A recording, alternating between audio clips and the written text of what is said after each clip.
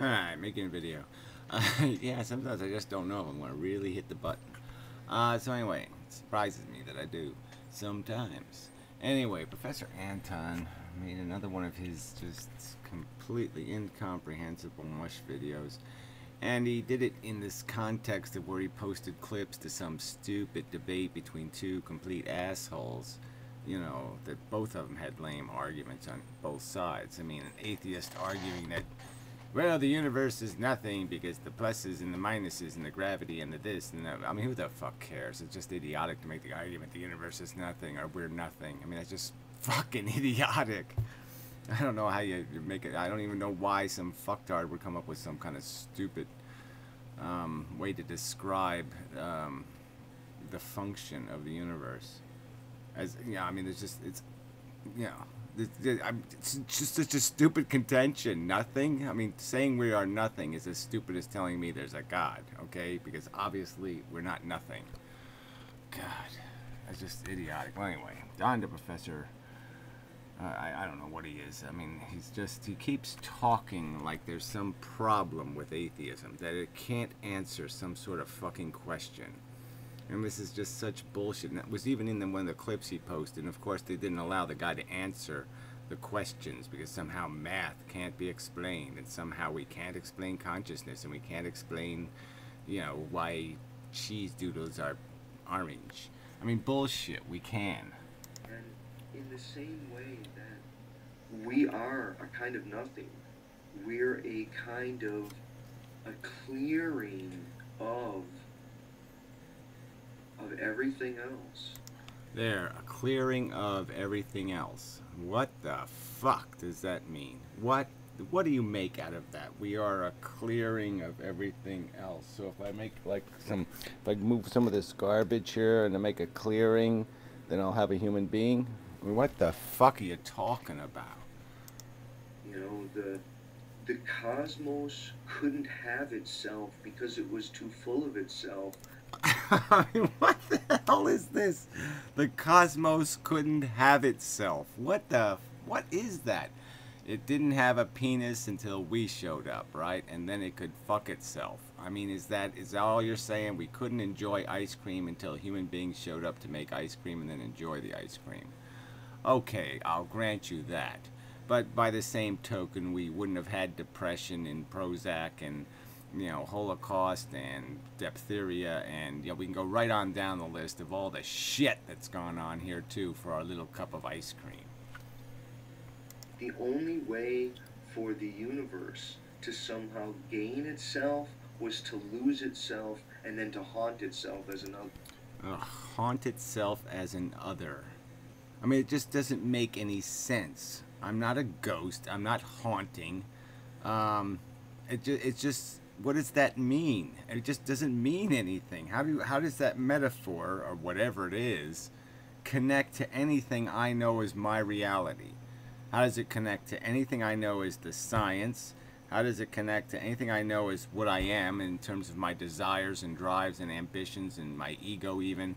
How does it connect to a single piece of that? It's completely incomprehensible babble. That distance, that gap, that lack, that fissure.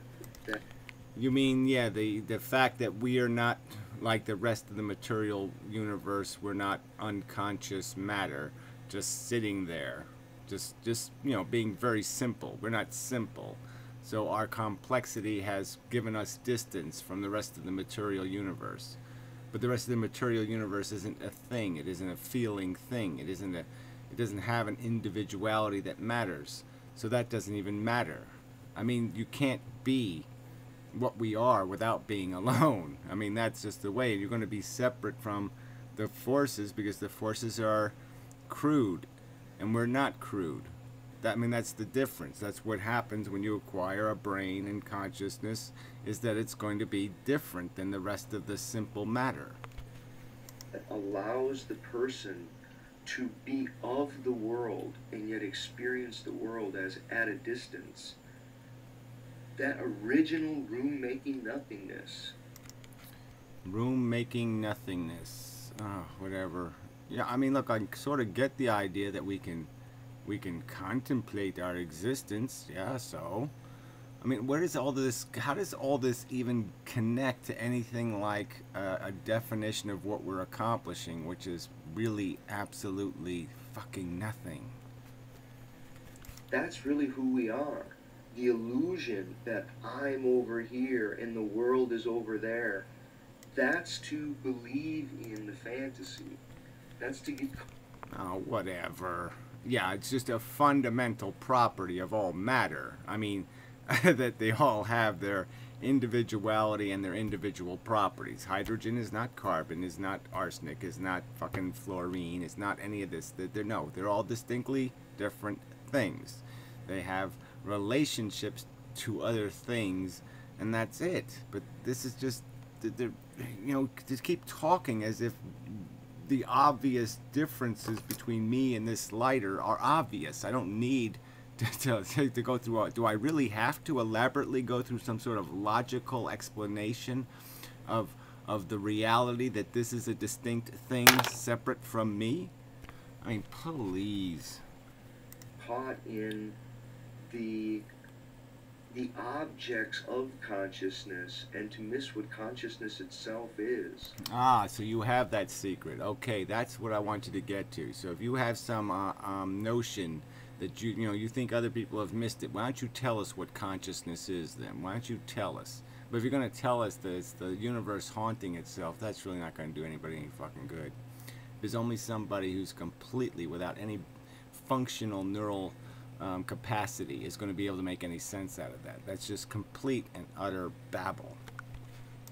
Consciousness itself is the very clearing by which self and world appear both to themselves and to be possibly related in various kinds of ways. Yeah, possibly related. Yeah, well, okay. Yeah, I'll go with that one. So we'll just forget the first 15 words and just go with yeah, they're possibly related to each other in time and distance. The senses themselves, the bodily senses, they evolved, right? You do understand how we got here, right? I mean, reproducing cell, 2 billion years evolution. You really do understand how we got senses, right? That they were just tools that enabled DNA collections of DNA to more efficiently manage their environment and outcompete their competitors in their environment. You do understand that's the mechanism. That's where all that crap came from. They open onto a world, but the world that they open onto was a world from which they came, for which they were destined to re-relate. Re-relate. I mean, again, how do we do that relating thing? I really can't relate to smallpox. I can't relate to cockroaches. I can't relate to a big giant piece of this fucking world. So exactly how am I supposed to relate to it? Except, stomp it. I guess metaphysical about what in my own terms would be the problems of merger and division. Now I tried. Yeah, merger and division. I don't know what that means. It means it's like, he rubbed the battery on his skin, and or she gets the hose again or something. I don't know. I talk about it in lots of different videos, but the issue is not are we all nothing, because it's the nothing isn't what it is. The nothing is what it is not, and is not what it is. See, this is how Sartre defines consciousness and his being and nothingness. Oh, then they should have locked Sartre up because he's a fucking lunatic. Yeah, for Sartre, consciousness is what it is not, and is not what it is. No, whatever. I mean, really, this is just this is somehow better than traditional dogma religion. I mean, at least the dogma religion is saying something rational and meaningful. It tells me not to give it tells me not to eat a dead bird and stuff. It gives me at least some good advice. I mean, what the fuck is this crap? It isn't what it is, but it was what it was when it wasn't what it was, what it was once, what it was, what it wasn't, isn't now, what it was once, when it was, what it was. What the fuck? But think of the basic property of zero in mathematics. Zero becomes whatever is added to it. Oh, whatever. That is just so silly. So, but oh, isn't it mysterious that when you add 0 to something else, it doesn't become anything more than 0? Holy shit. So when you add something to nothing, it's the stuff that you added is all there is. But then when you add nothing to something, the something is what it was before you added the nothing. No, it's not that mysterious. Yeah, I don't get you people. You're fucking boners for a 0. Zeros aren't that fucking complicated. They are the absence. This is a 1. That's a 0. Yeah, not complicated. Oh, fuck. Yeah. I mean, in some way, the cosmos opened itself to itself by infecting itself with nothing. Oh, man. So the cosmos opened itself to itself by infecting itself with nothing.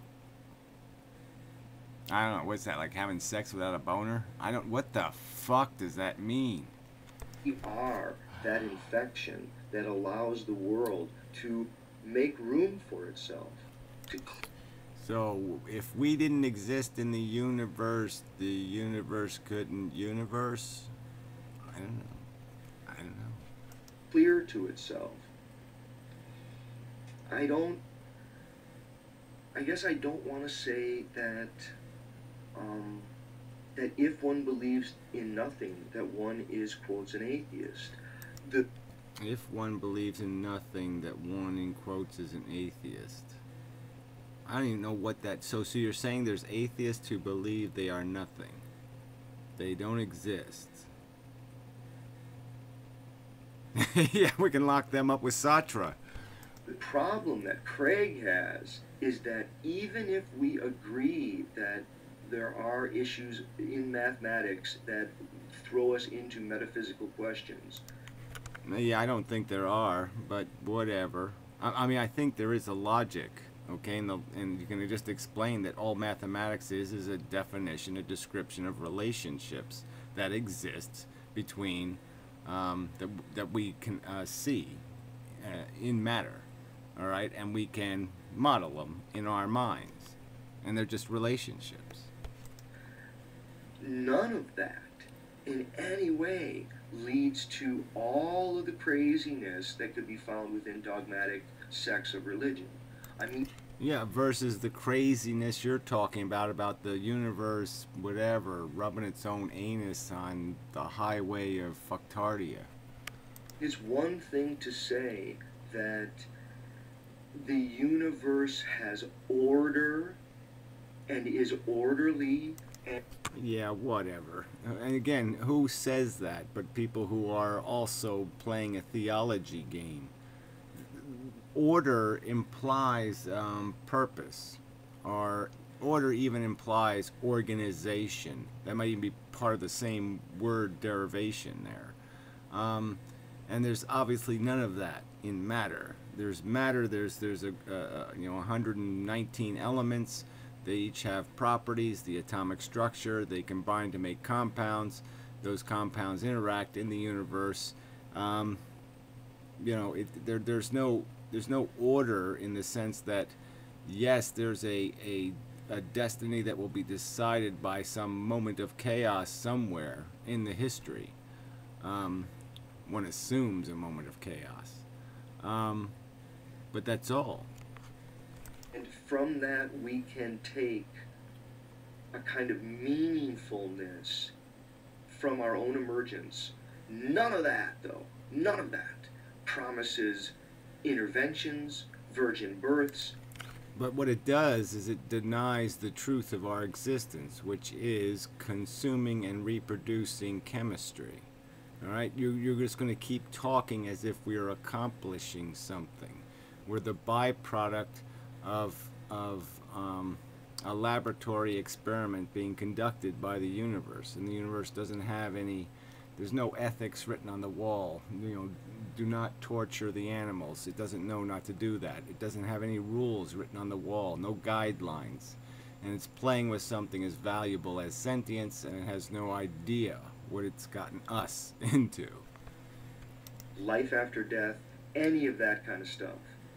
See, the problem is in reckoning fully with, I think, some of these sort of metaphysical issues of how the cosmos could be, again, sort of, it's an expansion and contraction that happened in no time at all, but we're experiencing in a sort of holographic way as unfolding. But you know, the universe. Well, whatever. Now he's just going to get into some kind of bullshit. I mean, the idea that there's a collapsing and expanding universe, yeah, that's sort of the old Buddhist idea. Nothing wrong with that one. I had that idea too, even before I knew about Buddhism. Um, so, the universe could be a perpetual flaw, could be a perpetual problem. But if I give you a description, if I give you, if we come up with some model, some proven thing, and we now have the first cause, and we find out it's a fracture thing or something. It's just like glass breaking, and the universe gets a fracture in it, and this is made the possibility. You know, our this is a fracture in another universe, and we're just the fracture of the fracture of the fracture. Or there's some levels of improbability built on improbability, built on improbability, built on improbability. Um, that's when will the nonsense start, and when will you deal with the basic question, which is it's chemistry, it's reproducing chemistry, all right, and only in the survival of the fittest, okay, led to our existence here, and that fitness scale, it didn't care about any of this crap, all right, whatever fucking faculties we have because they were conducive to survival, not because they were going to build some sort of elegant beast. And your whole perception that we're doing something elegant isn't any different than some like the critters in Aliens, the movie, thinking they were really cool and they look really great in a hat and all whatever. I mean, defending their existence. Our intelligent cockroaches defending their existence.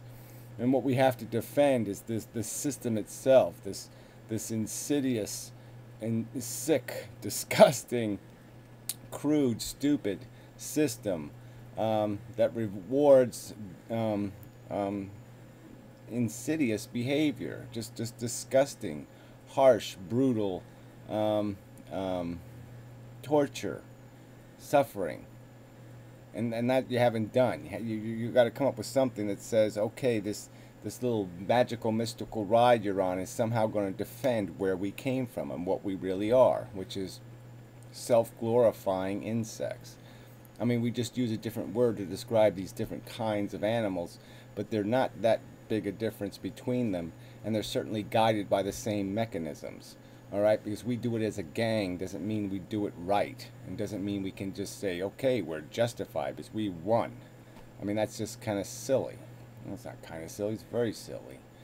So whatever, yeah, just, you keep saying you believe in evolution, but you don't really get it.